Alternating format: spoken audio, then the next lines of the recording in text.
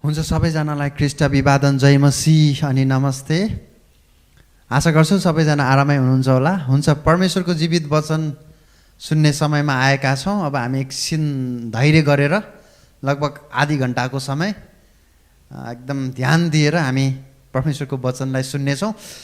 आज तपाईहरुसँग शेयरिङ गर्नलाई मैले मत्ती 6 अध्यायको 25 देखि 34 पदलाई ल्याएको छु र मैले आज यो वचनलाई शीर्षक दिएको छु, चिन्ता नगर्नु।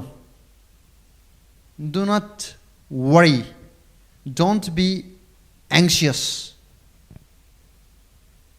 येशू ख्रीष्टले यो चिन्ताको विषयमा यहाँ आफ्नो चेलाहरूलाई, आफ्नो अडियन्सहरूलाई यहाँ बोल्दै हुनुहुन्छ। उहाँले यो डाँडाको उपदेश दिँदै गर्दाखेरि डाँडामा बसेर उहाँले आफ्नो अडियन्सहरूलाई उपदेश दिँदै हुनुहुन्थ्यो। यो उपदेश चाहिँ के विषयमा थियो त भन्दाखेरि एउटा परमेश्वरको सन्तानहरू अर्थात् उहाँको सृष्टिहरू, उहाँलाई विश्वास गर्नेहरू, स्वर्गको राज्यको सन्तान भने पनि, परमेश्वरको राज्यको सन्तान भने पनि, मुक्ति पाएका मानिसहरू भने पनि, स्वर्ग राज्यमा प्रवेश गरेका अथवा गर्ने मानिसहरू भने पनि, जे होस् परमेश्वरको छोराछोरीहरूले चाहिँ कस्तो जीवन यापन गर्नुपर्छ त, कस्तो जीवनशैली अपनाउनु पर्छ त, यी कुराहरू चाहिँ येशू ख्रीष्टले मत्ती 5 अध्यायबाट 7 अध्यायसम्म यो उपदेश उहाँले दिनुभएको छ। र यिनै उपदेशहरूमध्येको एउटा उपदेश चिन्ताको विषयमा येशू ख्रीष्टले दिँदै हुनुहुन्छ।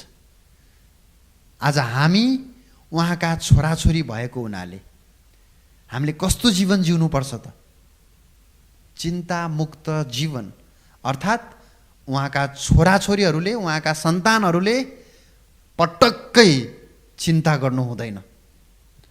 अब यस्तो भन्दाखेरि यो निकै नै व्यवहारिक रूपमा कठिन कुरा छ। एक हिसाबले भन्दाखेरि यो हुनै नसकिने कुरा जस्तो देखिन्छ, हैन? तर कुरा त्यस्तो होइन। परमेश्वरमा सबै कुरा सम्भव छ। चिन्ता फिक्री हामी मानिस भएको हुनाले हामीलाई आउँछ, स्वभावैले आउँछ, त्यसमा कुनै शङ्का छैन। हामी रोबोट होइन नि त, हैन? यो काठलाई मात्र आउँदैन चिन्ता र फिक्री, यही काठलाई।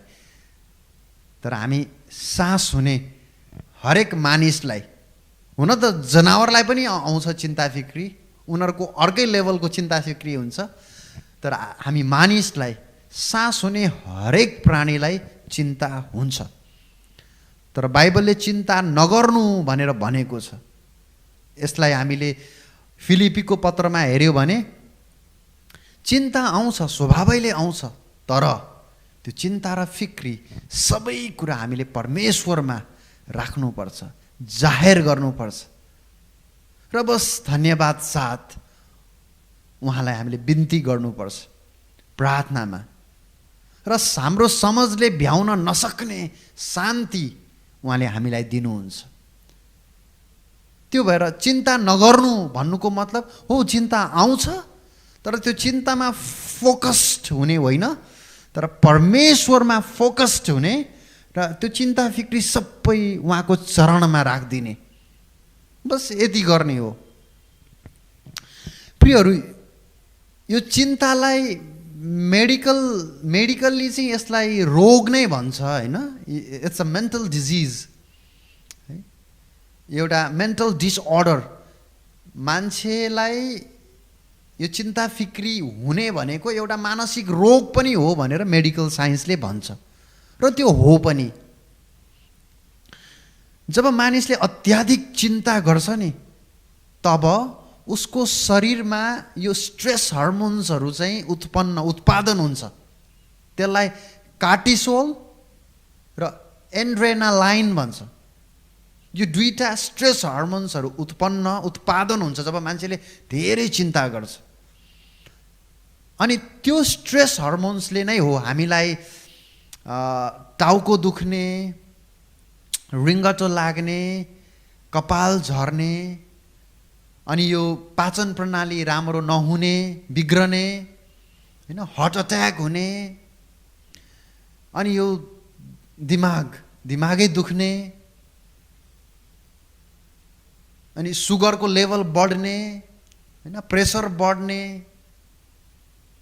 र आत्महत्या गर्न मन लाग्ने अवस्थासम्म पुर्याउँछ यिनै स्ट्रेस हर्मोन्सहरूले। यो एकदमै प्रुभन कुरा हो। त्यही भएर जब हामी चिन्ता गर्छौँ तब हाम्रो शरीरले यस्ता विषाक्त हर्मोन्स, स्ट्रेस हर्मोन्सहरू हैन यसले उब्जाउँछ। त्यो भएर मेडिकल्ली पनि चिन्ता गर्नु राम्रो होइन। यो एकदमै प्राणघातक छ। यसले ज्यानसम्म लिन सक्छ। नेपालीमा एउटा भनाइ छ नि, हैन, चिन्ताले चितामा पुर्याउँछ भनेर। त्यो एकदमै ठिक कुरा हो त्यो। तर म आज यसलाई मेडिकल्ली कुरा गर्न गइरहेको छैन। बिब्लिकल्ली बाइबलले के भन्छ यो विषयमा? बाइबलले चिन्ता नगर्नु भन्छ, तर किन नगर्नु भन्छ? बस म यही प्रश्नको उत्तर म यही कन्टेक्स्टमा बसेर 25 देखि 34 पदबाट म केही विचारहरू यही टेक्स्टबाट राख्नेछु। हामीले किन चिन्ता गर्नु हुँदैन? येशू ख्रीष्टले डाँडामा बसेर यो उपदेश किन दिँदै हुनुहुन्छ? चिन्ता नगर, चिन्ता नगर, फिक्री नगर, फिक्री नगर भनेर यहाँ 5-6 पटक भनिएको छ। किन यो उपदेश दिँदै हुनुहुन्छ? यसको उत्तर अब हामी खोज्नेछौँ। पहिलो आन्सर, पहिलो थट, हामीले किन चिन्ता गर्नु हुँदैन? किनभने चिन्ता गर्नु भनेको पाप हो। अब यो निष्कर्षमा हामी छिटै पुग्नु पनि हुँदैन है। फेरि सबै चिन्ताहरू पाप होइनन्। फेरि चिन्ता गर्ने बित्तिकै ल यसले पाप गर्यो भनेर तपाईँले नदोस्याउनुहोस् है एउटाले अर्कालाई। भोलि तपाईँको साथीहरूले चिन्ता गर्यो भने ल यसले पाप गर्यो, होइन। सबै चिन्ताहरू पाप होइनन्। तर मत्तीले जुन कुरा यो ठाउँमा लेख्दै हुनुहुन्छ, येशू ख्रीष्टले बोल्नु भएको वचन, यो कन्टेक्स्टमा चाहिँ चिन्ता भनेको पाप नै हो। त्यसो भए अरू कस्ता चिन्ताहरू हुन सक्छन् जो पाप होइनन् त? जस्तै मैले अघि न भने, यो एउटा मानसिक रोग हो।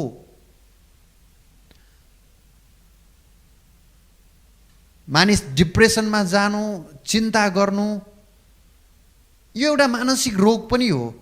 अब त्यो रोग लाग्यो भने अब त्यो मान्छेले पाप गर्यो भन्न त मिलेन नि, होइन? तपाईँलाई पेट दुख्यो भने यसले पाप गर्यो भन्ने कन्क्लुजन हो त? होइन। त्यो भएर एज अ डिजिज, एउटा मानसिक रोग मेडिकल्ली हामीले कुरा गर्ने हो भने इट्स अ डिजिज, यो रोग हो। त्यसैले यसलाई पापसँग तुलना गरिहाल्न चाहिँ मिल्दैन। यो पहिलो प्रकारको चिन्ताको कुरा मैले गरेँ है त।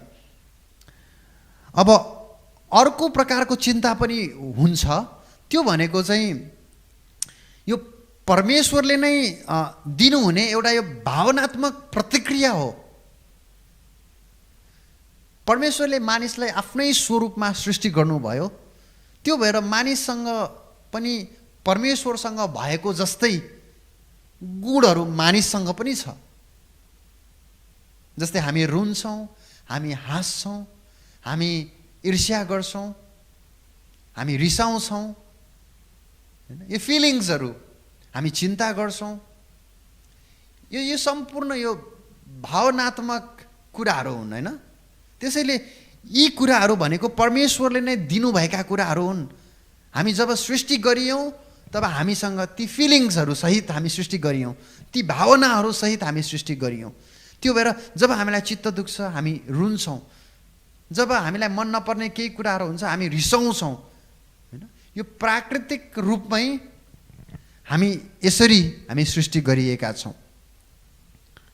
हो, भलै जब पापको प्रवेश भयो संसारमा तब मानिसले आफ्ना ती भावनाहरूलाई अझ गलत तरिकाले प्रयोग गर्दै गयो हैन। त्यो भएर अब आज मानिसले रिसाउँदैन मात्र, तर त्यो रिसमा मानिसले पाप पनि गर्छ। त्यो भावनाले आफ्नो सीमा क्रस गर्यो। अब रिसाउनु त परमेश्वर पनि रिसाउनुहुन्छ। मैले अघि नै भने परमेश्वरसँग भएका गुणहरू मानिससँग पनि छन्। परमेश्वर पनि जाही परमेश्वर हुनुहुन्छ, तर उहाँको जाह त्यो पवित्र जाह हो, उहाँको जाह धार्मिकताको जाह हो हैन। उहाँको क्रोध धार्मिकताको निम्ति क्रोध हो। त्यो भएर यस्तै खालको भावनाहरू मानिससँग पनि छ, तर मानिस चाहिँ धार्मिकताको लागि मानिस रिसाउँदैन। मानिसको रिसले धार्मिकता ल्याउँदैन। त्यो भएर परमेश्वरले नै हामीलाई दिनुहुने एउटा भावनात्मक प्रतिक्रिया हो चिन्ता भनेको पनि। यदि सबै चिन्ता फिक्रीलाई हामी पाप भन्छौँ भने त जस्तै हामीले यहाँ लुका 12 को 50 पदमा हेऱ्यौँ भने त्यहाँ येशू ख्रीष्ट पनि व्याकुल हुनुभएको छ, उहाँ पनि चिन्तित हुनुभएको छ। त्यसो भए के त येशूले पनि पाप गर्नुभयो त? यहाँ कोरिन्थीको पुस्तकमा 2 कोरिन्थी 11 को 28 मा हामीले हेऱ्यौँ भने पावल पनि मण्डलीहरूको लागि धेरै चिन्तित भएको छ। अब के त्यो पनि पाप हो त? त्यसैले प्रियहरू, यो भावनात्मक यी प्रतिक्रियाहरू हुन् जुन कुरा हामी धार्मिकताको लागि, पवित्रताको लागि हामी प्रयोग गर्छौँ कतिपटक हैन। त्यसैले यस्तो खालको चिन्ता पनि पाप होइन। अब अर्को खालको चिन्ता पनि हुनसक्छ, जस्तै एउटा पापमय कार्यको परिणाम। तपाईले कुनै गलत काम गर्नुभयो अनि त्यो गलत कामले तपाईलाई एकदमै चिन्तित पार्दछ। तपाईले ढाँट्नु भयो, तपाईले चोर्नु भयो, तपाईले कसैलाई चिटिङ गर्नुभयो, त्यसपछि अब त्यसले थाहा पाउला कि भनेर तपाईलाई एकदमै ठुलो तनाव हुन्छ। तपाईले ठुलो पाप गर्नुभयो, कसैले देख्या छैन, तर अब त्यो फ्ल्यासमा आउला कि भनेर तपाईलाई यति धेरै तनाव हुन्छ। त्यो तनाव केले ल्यायो? तपाईको पाप, तपाईको गलत कार्यले, तपाईको गलत सोचले, तपाईको गलत निर्णयले ल्याएको चिन्ता र तनाव। यस्ता प्रकारका चिन्ता पनि हुन्छन्। तर खैर, यो ठाउँमा यो मत्ती 6 अध्यायको 25 देखि 34 पदमा येशू ख्रीष्टले भन्नुभएको चिन्ता चाहिँ के त भन्दाखेरि, परमेश्वरको प्रेममा र उहाँको शक्तिमा भरोसा नराखिकन मानिसले जुन चिन्ता गर्छ नि, त्यो चिन्ता चाहिँ पाप हो।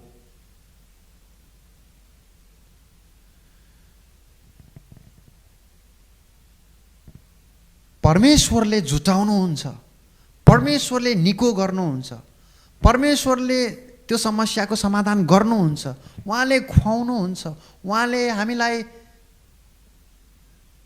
पिलाउनुहुन्छ, उहाँले हामीलाई पहिराउनुहुन्छ। यसरी उहाँले गर्नुहुन्छ, उहाँले सक्नुहुन्छ। यो कुरामा विश्वास नगरिकन, यो कुरामाथि भरोसा नगरिकन जब हामी चिन्ता गर्छौँ नि, आफ्नै बल र बुद्धिले हामी समस्याको समाधान गर्न खोज्छौँ नि, त्यो चाहिँ पाप हो। यही नै मत्तीले यहाँ भन्न खोजेको कुरा चाहिँ परमेश्वरको प्रेम र शक्तिमा भरोसा नगरिकन बस आफ्नै बल बुद्धि लगाएर चिन्ता गरेर बस्ने। परमेश्वरले मिलाउनुहुन्छ नि त्यो काम, परमेश्वरले त्यो समस्यामाथि समाधान र विजय दिनुहुन्छ नि। यो कुरामा चाहिँ विश्वास नगर्ने, भरोसा नगर्ने, अनि चिन्ता गरेर बस्ने, के गर्ने होला, कसो गर्ने होला, कसरी मिलाउने होला, कसरी निको हुन्छ होला। त्यसैले चिन्ता गर्नु किन पाप हो, किन गर्नु हुँदैन? अब मैले पहिलो थट दिएँ है त, यो पहिलो विचार यो 30 पदबाट यहाँ यसरी लेखेको छ 30 पदमा, आज हुने र भोलि अगेनोमा फालिने घाँसलाई त परमेश्वरले यसरी पहिराउनुहुन्छ भने ए अल्पविश्वासी हो, के तिमीहरूलाई झन् बढी उहाँले पहिराउनु हुने छैन र? हामीले किन चिन्ता र फिक्री गर्नु हुँदैन? अब पहिलो विचार म राख्न जाँदैछु। अघि नै मैले भनिहालेँ, किनभने यो पाप हो, तर सबै चिन्ताहरू चाहिँ पाप होइन भनेर मैले राखेको है, मैले भर्खरै राखेँ। यो कसरी पाप हो? किनभने चिन्ता र फिक्रीले परमेश्वरको प्रेम, उहाँको शक्ति, उहाँको सम्प्रभुतामाथि प्रश्न उठाउँछ। जब हामी चिन्ता गर्छौँ यसको मतलब हामी उहाँलाई एउटा अविश्वसनीय पात्रको रूपमा हामी उहाँलाई सीमित गर्छौँ, होइन? यदि हामी उहाँलाई बुवा भन्छौँ भने, यदि उहाँलाई हामी हे परमेश्वर पिता भन्छौँ भने, एकातिर हामी उहाँलाई बुवा भन्छौँ, परमेश्वर पिता भन्छौँ, र अर्कोतिर हामी फेरि के खाने, के लाउने, के पहिर्ने, के लगाउने, यदि यो कुरामाथि हामी चिन्ता गर्छौँ भने हामीले हाम्रो बुवामाथि हामी शङ्का गर्दैछौँ कि उहाँले हामीलाई खुवाउनुहुन्न, उहाँले हामीलाई के पहिराउनुहुन्न, तपाईलाई यो ठाउँसम्म ल्याउनु हुने परमेश्वरले अब भोलिको दिनमा तपाईलाई के टुहुरो एक्लो छोड्नुहुन्छ होला र? हैन? त्यो भएर चिन्ता गर्नु भनेको विश्वास नगर्नु हो। उहाँको प्रेममाथि, उहाँको शक्तिमाथि, उहाँको सम्प्रभुतामाथि चाहिँ प्रश्न चिन्ह उठाउनु हो। यस्तो भन्नु हो, खोइ प्रभु तपाईले अब मलाई खुवाउनु होला कि नहोला, तपाईले मलाई यो लुगा हैन पहिराउनु होला कि नहोला, तपाईले मलाई पिलाउनु होला कि नहोला, शङ्का गर्नु हो। चिन्ता गर्नु भनेको परमेश्वरको प्रेममाथि, उहाँको कृपामाथि, उहाँको शक्तिमाथि शङ्का गर्नु हो।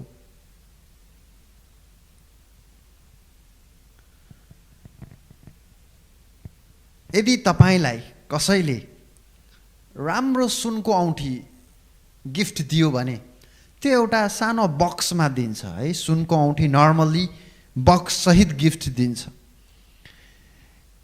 जोसुकैले तपाईलाई दियो सुनको औँठी, त्यो बक्स सहित दिन्छ। अनि तपाईलाई त्यो सुनको औँठी जब तपाईको हातमा लगाइदिन्छ, जुन अनि खाली बक्स हुन्छ, त्यो मान्छेले तपाईलाई बक्स सहित नै दिन्छ। तपाईलाई त्यो बक्स आफूसँग राखेर सुनको औँठी मात्रै दिँदैन, किनभने त्यो राम्रो देखिँदैन। सुन मात्रै दिँदाखेरि त्यो बक्स सहित दियो भने त्यो अझ राम्रो देखिन्छ, हैन? सुन मात्रै हैन, कुनै पनि उपहार हामी बक्स फालेर त्यो मात्र दिँदैनौँ, हामी बक्स सहित दिन्छौँ, हैन? त्यो भएर तपाईलाई के लाग्छ, त्यत्रो महँगो सुन दिने साथीले तपाईलाई के त्यो बक्स दिनुहुन्न र? के उसले चाहिँ बक्सको लोभ गर्छ, यो बक्स चाहिँ मलाई चाहिन्छ, यो सुन मात्र लियोस् भनेर? त्यो कदापि त्यस्तो गर्दैन, हैन? त्यत्रो महँगो सुन दिनेले त्यो जब एउटा बक्स, मैले भन्न खोजेको प्रियहरू, यति महँगो जीवन दिनुहुने परमेश्वरले के यो खानेकुरा, पिउने कुरा, लगाउने कुरा के हामीलाई भोकै नाङ्गै उहाँले राख्नुहुन्छ र? यसको मतलब परमेश्वरले आकाशबाट खसालिदिनुहुन्छ भन्न खोजेको होइन। हामीले मेहनत गर्नुपर्छ, हामीले काम गर्नुपर्छ। यहाँ येशू ख्रीष्टले भन्नुभएको छ, हैन?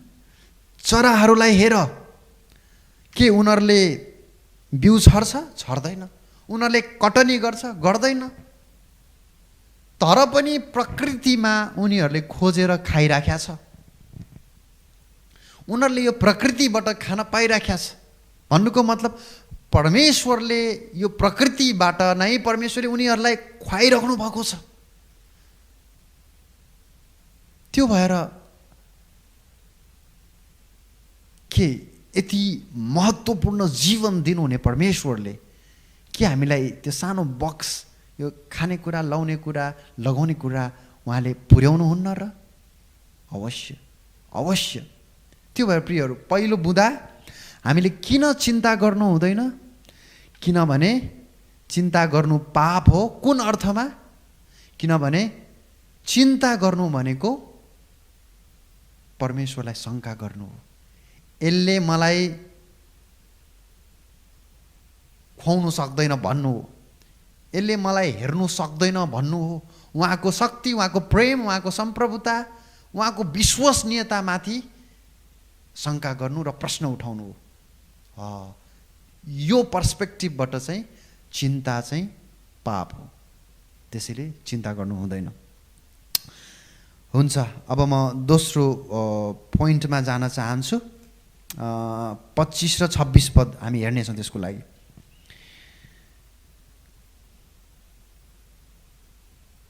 यसै कारण म तिमीहरूलाई भन्दछु 25 र 26, के खाउँला के पिउँला भनी आफ्नो प्राणको निम्ति र के लगाउँला भनी आफ्नो शरीरको निम्ति फिक्री नगर। 26, आकाशको चराचुङ्गीलाई हेर, तिनीहरूले न त बिउ छर्छन्, न अन्न कटनी गर्छन्, न बकारीमा बटुल्छन्, तर तिमीहरूका स्वर्गमा हुनुहुने पिताले तिनीहरूलाई खुवाउनुहुन्छ। के तिमीहरू तिनीहरूभन्दा बढी मूल्यवान छैनौ र? दोस्रो पोइन्ट, हामीले किन चिन्ता गर्नु हुँदैन? के खाउँला, के लगाउँला, के पिउँला भनेर हामीले किन चिन्ता गर्नु हुँदैन? 25 पदले स्पष्ट भन्छ के जीवन खानेकुरा भन्दा र शरीर लुगाफाटा भन्दा उत्तम होइन र? स्पष्ट आन्सर छ। कति गजबको आन्सर। त्यो आन्सर के हो त भन्दाखेरि प्रियहरू, के खाउँला, के लगाउँला, के पहिरौँला भनेर हामीले चिन्ता किन गर्नु हुँदैन? किनभने यसको लागि सोच्दै नसोच भन्न खोजे होइन है फेरि। किनभने मानिसलाई घाँस, बाँस, कपास यही त हो मानिसलाई चाहिने। अब प्रभुले यही घाँस, बाँस, कपासको लागि नै चिन्ता नगर भन्नुभएको छ होइन। यसको मतलब स्वर्गबाट झर्ने त होइन ती कुराहरू। परमेश्वरले भन्न खोज्नु भएको कुरा, यहाँ येशूले भन्न खोज्नु भएको कुरा के हो त भन्दाखेरि प्रियहरू, यो जीवन भनेको घाँस, बाँस, कपासको लागि मात्र होइन। हामी यसको लागि मात्रै यो जीवन परमेश्वरले दिनुभएको होइन। God has a perfect plan with a purpose होइन। परमेश्वरसँग एउटा योजना छ, उद्देश्य सहितको योजना। हामी सबैजनाको जीवनमा उहाँले एउटा उद्देश्य राख्नु भएको छ, एउटा योजना राख्नु भएको छ। बस त्यो योजनालाई बिर्सेर के खाउँला, के लगाउँला, के पहिरौँला यतिको लागि होइन। त्यो त जनावरले पनि गरिराखेका छ नि। यहाँ येशूले भन्नुभयो नि होइन, चराचुरुङ्गीलाई हेर। खाने लगाउने कुरा त ती प्राणीहरूले पनि गरिराखेका छन्, जनावरहरूले पनि। So what's the difference? हामी कुन अर्थमा भिन्न छौँ त? किनभने हामी त परमेश्वरको उहाँको आफ्नै स्वरूपमा सृष्टि गरिएका मानिसहरू हौँ। त्यो वी आर डिफरेन्ट, हामी फरक छौँ प्रियहरू। त्यसैले यो के खाउँला, के लगाउँला, के पहिरौँला भनेर चिन्ता किन गर्नु हुँदैन?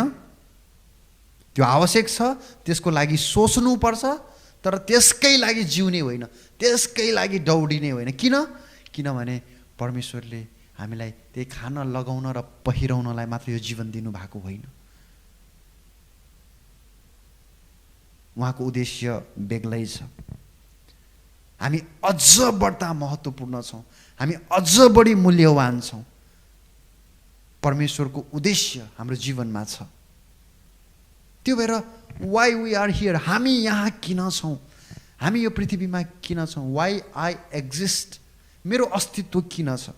यदि यो प्रश्नको उत्तर नबुझिकन मर्नु पर्यो भने त्यो जस्तो दुःखको कुरा सायदै अरू केही हुन सक्ला प्रियहरू। त्यो भएर यो दोस्रो थट है त कि परमेश्वरले हामीलाई यो जीवन खानु पिउनु लाउनु मात्रै दिनुभएको होइन, तर त्योभन्दा धेरै माथि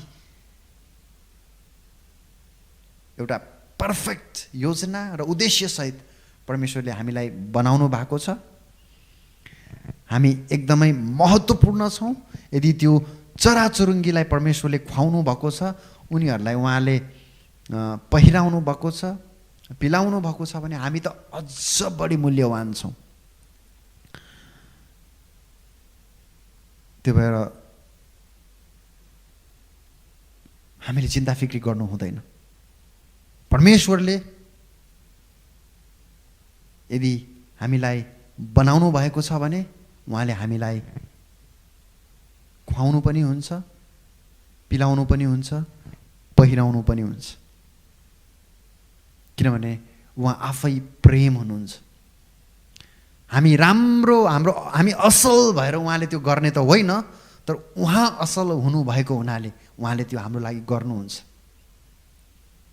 किनभने उहाँ असल हुनुहुन्छ। यो दोस्रो थट है त। पहिलो थट हामीले किन चिन्ता गर्नु हुँदैन, किनभने त्यो चिन्ताले परमेश्वरमाथि प्रश्न उठाउँछ, परमेश्वरमाथि शङ्का, होइन, परमेश्वरमाथि भरोसा नगरेको देखिन्छ होइन, त्यो हो नै। दोस्रो थट, दोस्रो पोइन्ट, किनभने हामी खानु पिउनु लाउनु मात्र यो जीवन त्यसको लागि मात्र परमेश्वरले दिनुभएको होइन। त्यो भएर यो यति सानो कुराहरूमा हामी अड्केर बस्नु हुँदैन, चिन्ता गरेर बस्नु हुँदैन। अब तेस्रो थट 27 पदबाट, तिमीहरूमध्ये कुन चाहिँले फिक्री गरेर आफ्नो आयुमा एक घडी पनि थप्न सक्छ। तेस्रो थट, हामीले किन चिन्ता गर्नु हुँदैन, किनभने चिन्ता समस्याको समाधान होइन। होइन, यहाँ 27 पदमा कुन चाहिँले फिक्री गरेर आफ्नो आयुमा एक घडी पनि थप्न सक्छ।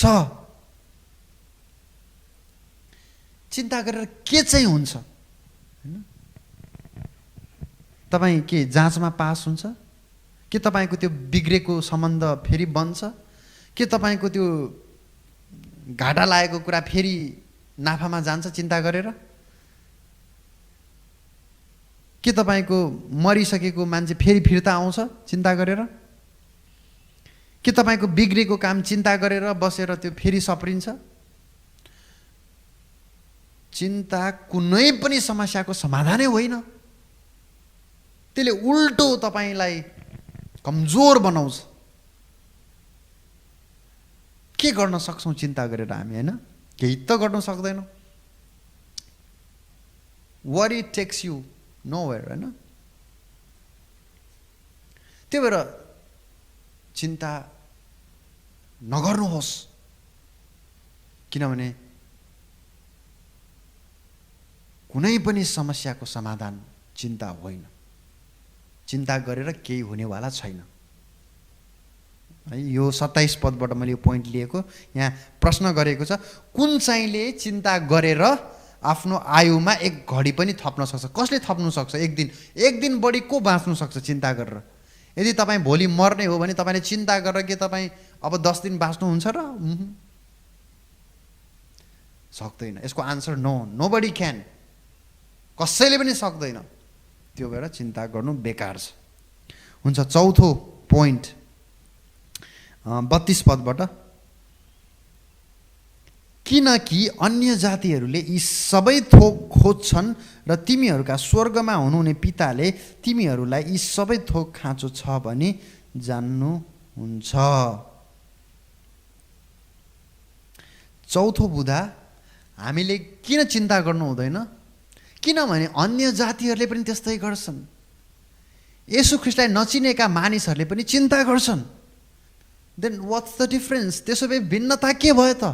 त्यसो भए के फरक भयो त?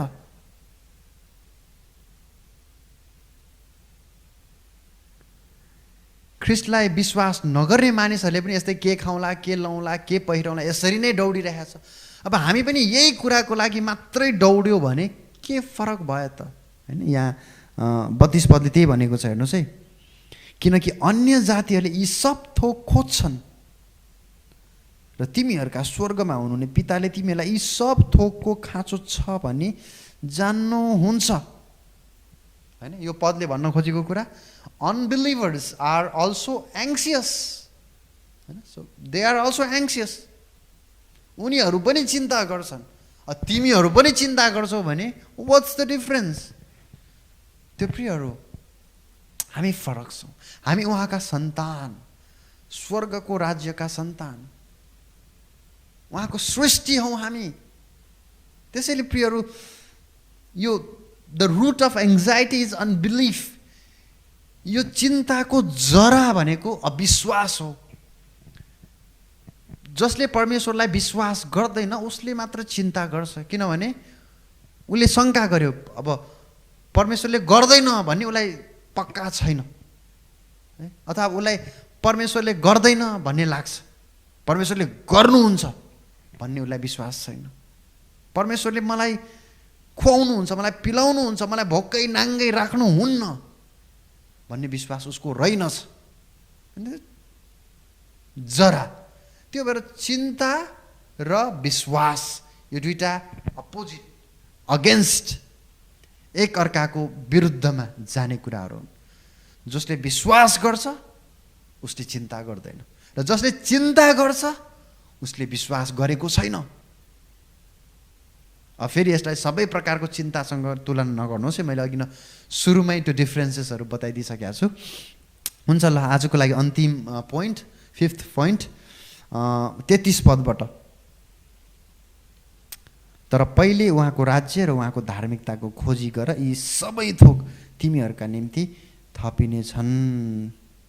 सो अन्तिममा चिन्ता नगर्नुहोस्, तर पहिला उहाँको धार्मिकता, पहिला परमेश्वरलाई खोज्नुहोस् र धार्मिकतालाई रोज्नुहोस्।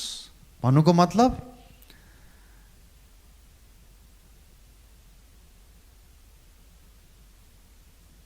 परमेश्वरको कामलाई पहिला प्राथमिकता दिनुहोस्। तपाईलाई के लाग्छ, पैसा बिना तपाईको जिन्दगी सकिन्छ? तपाईले एक अर्थमा सोच्नुहुन्छ होला सकिन्छ नि, अफकोर्स सकिन्छ। सकिँदैन। कसरी सकिन्छ?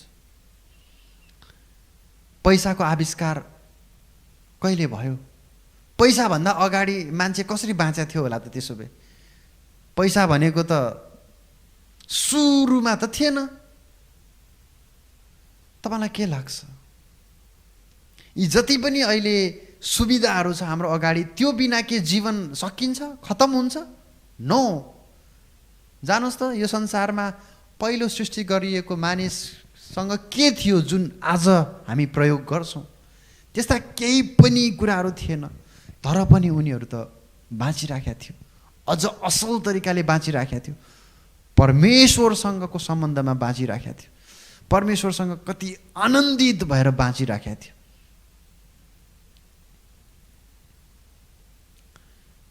प्रियहरू, त्यो भएर बाइबलले भन्छ पहिला उहाँको राज्य र उहाँको धार्मिकताको खोजी गर, यी सबै थोक तिमीहरूको निम्ति थपिने छन्।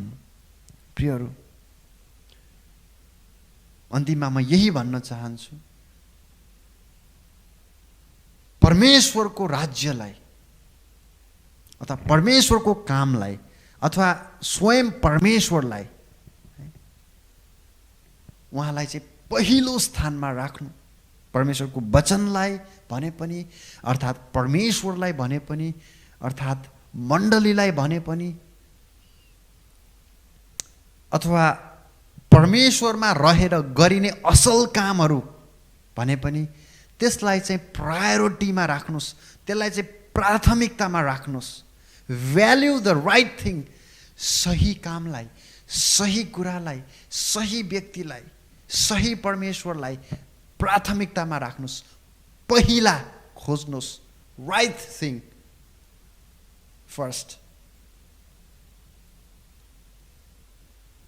यदि सत्यतालाई, परमेश्वरलाई तपाईँले फर्स्ट राख्नुभयो भने बाँकी सबै ABCD 1 2 3 4 यी सबै कुराहरू तपाईँको पछि लाग्नेछ। ती सबै कुराहरू पुरा हुनेछन्। यो परमेश्वरको जीवित वचन हो। अब यही कन्टेक्स्टमा हामीले कुरा गर्ने हो भने परमेश्वरको राज्यभित्र प्रवेश गर्ने अर्थात् गराउने यो जिम्मेवारीलाई पहिलो स्थानमा हामीले राख्नुपर्छ। परमेश्वरको राज्य हैन र उहाँको धार्मिकताको खोजी गर हैन। यहाँ 34 पदले भने 33 पदले भने जस्तै उहाँको राज्य र उहाँको धार्मिकताको खोजी गर भनेको मतलब परमेश्वरको राज्यभित्र अर्थात् परमेश्वरको सन्तान हामी कसरी हुन सक्छौँ अथवा कसरी हामी मानिसहरूलाई परमेश्वरको राज्यभित्र डोर्याउन सक्छौँ, बोलाउन सक्छौँ, अन्धकारबाट उज्यालोमा हामी कसरी सार्न सक्छौँ, यो कार्यलाई चाहिँ प्राथमिकतामा राख्नु भनेर यहाँ येशू ख्रीष्टले भन्दै हुनुहुन्छ। किनभने येशू ख्रीष्टले यो परमेश्वरको राज्यको विषयमा सिकाउँदै हुनुहुन्थ्यो। परमेश्वरको राज्यभित्र प्रवेश गर्ने अथवा गर्नलाई सहायता पुर्याउने कामलाई हामीले प्राथमिकतामा राख्नुपर्छ अनि सबै कुरा परमेश्वरले थप्नुहुनेछ। हुन्छ, यो कुरालाई प्राथमिकतामा राखेर बाँकी सम्पूर्ण अरू हाम्रा जति पनि चिन्ता फिक्रीहरू छन् त्यसलाई पनि परमेश्वरको चरणमा हामी राख्थ्यौँ। मानिस हौँ, स्वाभाविक तरिकाले चिन्ता फिक्री आउँछ, तर त्यसलाई परमेश्वरको चरणमा हामी राखिदिउँ अनि परमेश्वरले समझले नै भ्याउन नसकिने त्यो शान्ति र त्यो आनन्द हामीलाई दिनुहुनेछ। हुन्छ, म आजको वचनलाई यहीँ राख्न चाहन्छु। परमेश्वरले तपाईँहरू सबैजनालाई आशिष र सुरक्षा गर्नुभएको होस्। हुन्छ, सबैजनालाई जय मसीह।